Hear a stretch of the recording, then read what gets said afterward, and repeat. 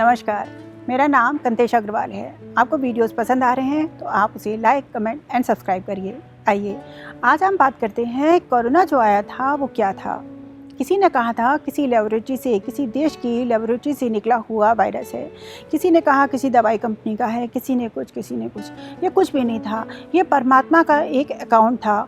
परमात्मा धरती पर जब तीनों लोग राक्षसों से भर जाते हैं, पूरी प्रकृति में लोग ये भगवान का अस्तित्व कुछ चीज़ है, अच्छा ही क्या है, जब पूरी तरह भूल जाते हैं तो परमात्मा, पूर्ण परमात्मा धरती पर किसी न किसी रूप में आता है और पूरे ब्रह्मांड को संभालता है।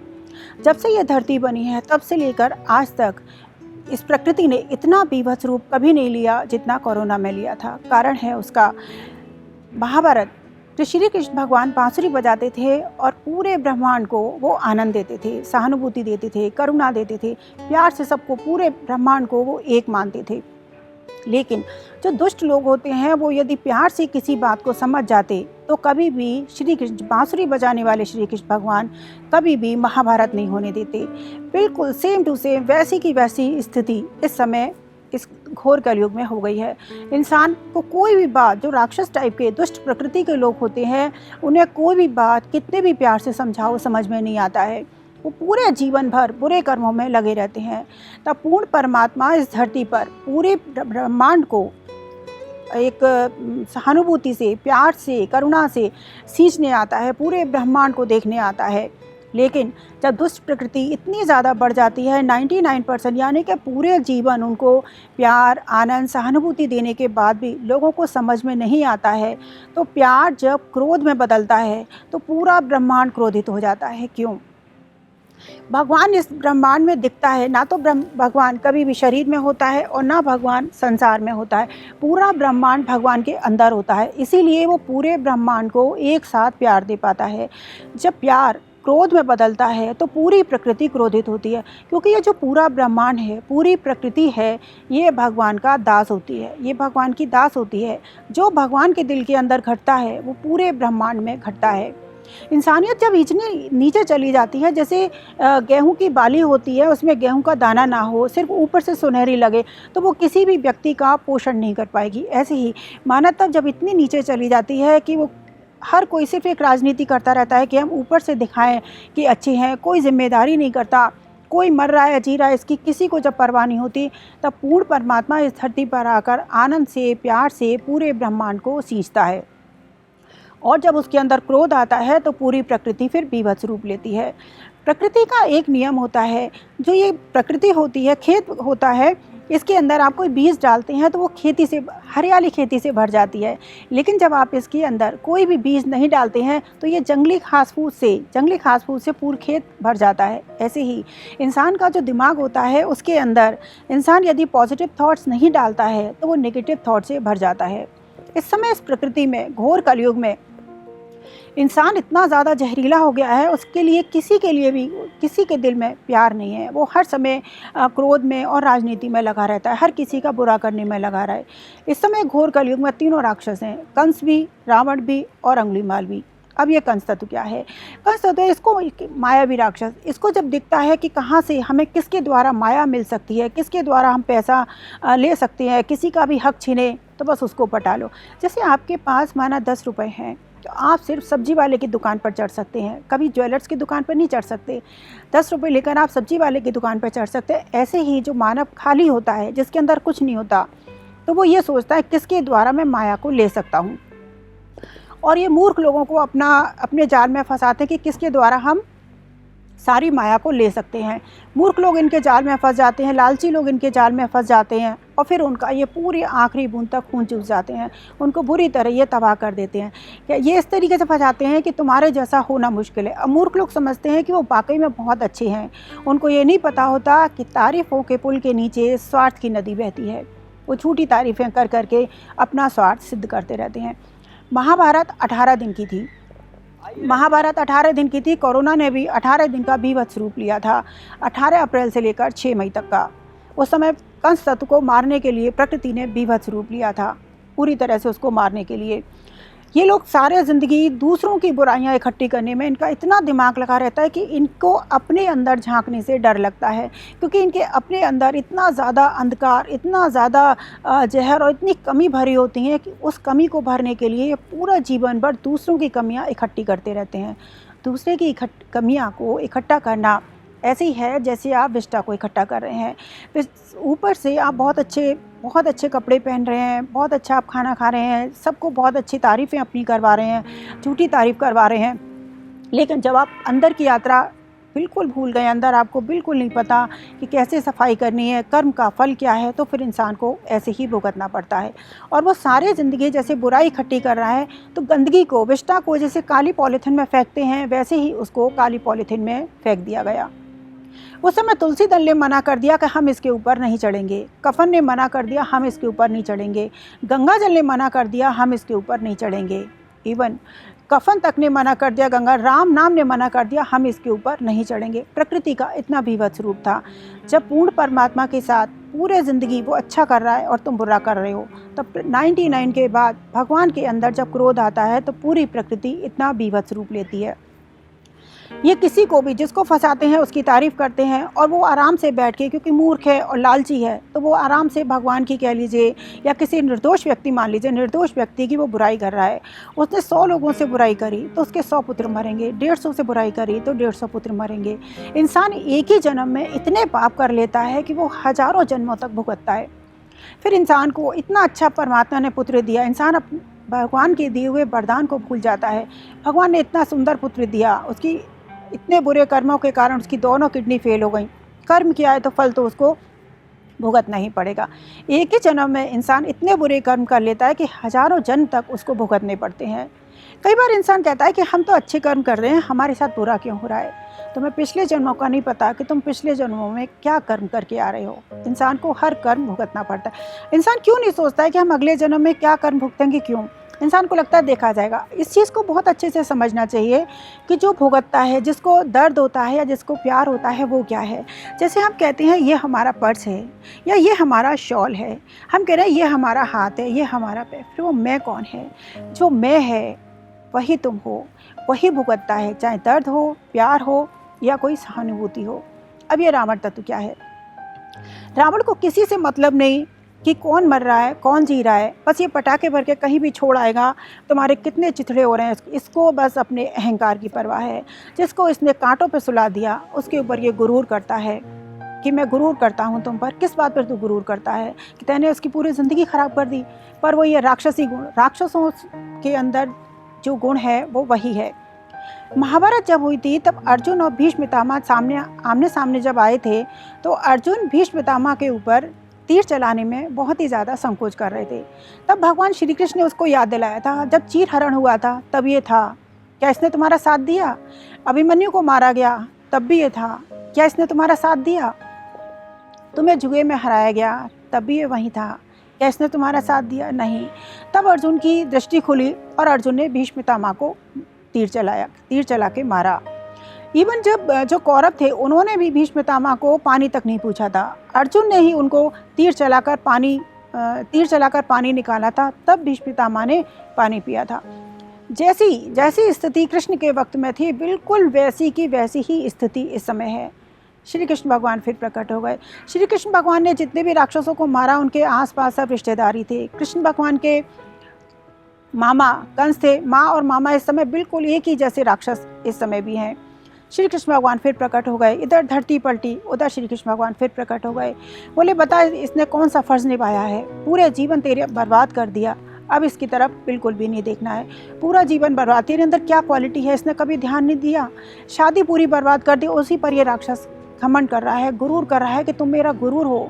ये राक्षस इस बात पर गुरूर करते हैं मैं कितनी क्रूरता से तुम्हारी हत्या कर सकता हूँ, और फिर हत्या करके भी पूरे ज़िंदगी उसको नौच सकते हैं, पूरे ज़िंदगी क्रूरता कर सकते हैं। ये इन राक्षसों का काम होता है। कलयुग में जितना झूठ है अब उतना सच भी आएगा। इस समय झूठ चरम सीमा पे है और सच भी पूरा चरम सीमा पर आएगा। राक्षसों के घर में भगवान भी आ जाए तो ये उसी तरीके से देखते हैं जैसे सब्जी वाले के ठेले पर आप कोहिनूर हीरा रख दीजिए, धूप के पर्दे ही जब वो चमकेगा तो सब्जी वाला बिना देखे कोहिनूर हीरा को उठाकर फेंक देगा, क्योंकि वो उसे कांच समझेगा। कोहिनूर हीरे की पहचान और उसकी जो नज़र जौहरी को होती है, किसी सब्जी वाले को नहीं। इधर राजनीति में भी जितने भी बदलाव आए हैं सब परमात्मा की संकल्प शक्ति से आए हैं। भगवान स्वयं काम नहीं करते, भगवान संकल्प लेते हैं कि अब जब परमात्मा इस धरती पर आता है, वैसे भगवान के लिए पूरा ब्रह्मांड एक है, लेकिन पूर्ण परमात्मा हमेशा भारत में, हिंदुस्तान में आया है। तो राजनीति में जितने भी बदलाव आए ये भगवान की संकल्प शक्ति से आते हैं, क्योंकि भगवान जब पूरे सच को संकल्प लेता है कि इस समय पूरा सच प्रकृति में आना चाहिए तो वो आता है। ये जो राजनीतिक बदलाव आए, जैसे योगी है, योगी का अर्थ होता है जोड़, और जोड़ परमात्मा का सबसे प्रिय बच्चा है। भाला से जब तक राक्षसों का सर्वनाश नहीं किया जाएगा तब तक माला को बचाया नहीं जा सकता है। सनातन धर्म सबसे ऊपर है, सनातन धर्म सबसे ऊपर है। सनातन धर्म से के आगे जो सारे धर्म हैं वो उसके बच्चे के बराबर हैं। सनातन धर्म से ही सारे धर्म निकले हैं। सनातन धर्म के ऊपर अब ज़्यादा कोई परेशान करेगा तो वो धर्म बहुत ही ज़्यादा कष्ट में आ जाएगा, क्योंकि पूर्ण परमात्मा हमेशा सनातन धर्म में और हिंदुस्तान में ही इस धरती पर आए हैं। इन राक्षसों को ये भी नहीं समझ है कि कोई इसी आदमी में सारे गुण हैं, सब कुछ है, वो इतना संन्यास क्यों झेल रहा है, इतना वैरागी की चरम सीमा क्यों पार कर रहा है। पर इतनी बुद्धि से यदि वो सोच लें और वो इनके 99% जुल्म क्यों सह रहा है, राक्षसों में इतनी बुद्धि आ जाए तो वो राक्षसी क्यों कहलाए जाएं। ये राक्षस जो कर्म करते हैं, ये इनके कर्म इसी तरीके से होते हैं जैसे आप आसमान के ऊपर थूको या उस पर पत्थर मारो, उसको कोई फर्क नहीं पड़ता, वो लौट कर तुम्हारे ही मुंह पर गिरेगा। बस ये इनके अंदर इतना अंधकार होता है, अंधकार के कारण इतना अहंकार होता है कि इस बात को नहीं देख पाते हैं। उन्हें लगता है कि वो किसी और के ऊपर कर रहे हैं, और जब वो रिएक्ट नहीं कर रहा है, यानी कि वो आसमान से ऊपर अपना घर देख रहा है, तो वो कर्म तुम्हारे ऊपर ही लौट जाएगा। आसमान के ऊपर तुम थूको या पत्थर फेंको, वो तुम्हारे ऊपर ही लौट कर आएगा। मन की सच्चाई और अच्छाई वो गुण है जिसे देखते हुए, जिसे ढूंढते हुए परमात्मा भी धरती पर आता है, उस व्यक्ति को देखते हुए जिसका मन सच्चा और अच्छा होता है। किरण चाहे सूर्य की हो या आशा की, वो दोनों अंधकार के सारे अंधकार को मिटा देती है। अब ये उंगलीमाल तत्व क्या है? उंगलीमाल तत्व होता है, इसको लगता है कि हम किसी के लिए कुछ ना करें, किसी के खून निकल रहा हो, कोई मर रहा हो, राजनीति करते रहो, कभी इधर कभी उधर, कुछ भी किसी के लिए नहीं करना। इसके पास कुछ भी नहीं है, ना शरीर, ना घर, ना जॉब, लेकिन हर किसी का बुरा करने में, कुछ नहीं है तो सबका बुरा करते रहो।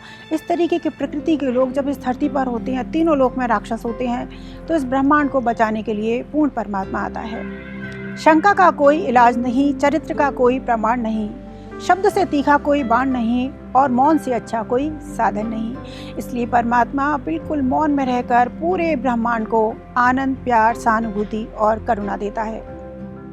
धरती पर जब कोई बीज उगाया जाता है तो वो बिल्कुल मौन में उगता है और सबका पोषण करता है। किसी भी चीज़ का बीज उगाइए, उसकी कोई आवाज़ नहीं होती, मौन में ही खेती होती है।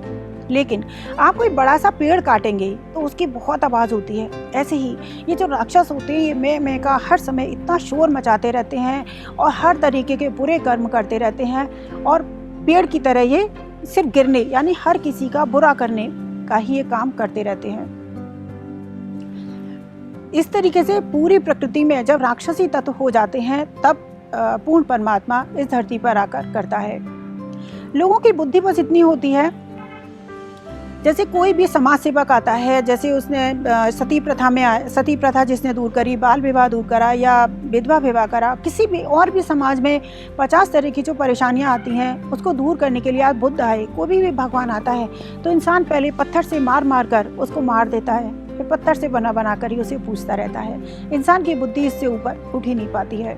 ये घोर कलयुग है, डिजिटल का ज़माना है। भगवान शिव ने अपनी जो शक्ति थी वो सहस्त्रार्थ से निकाली थी। अब पूरे ब्रह्मांड की सफाई होगी, पूरा ब्रह्मांड बदलेगा, तो भगवान शिव की जो पूजा होगी वो सहस्त्रार्थ से होगी।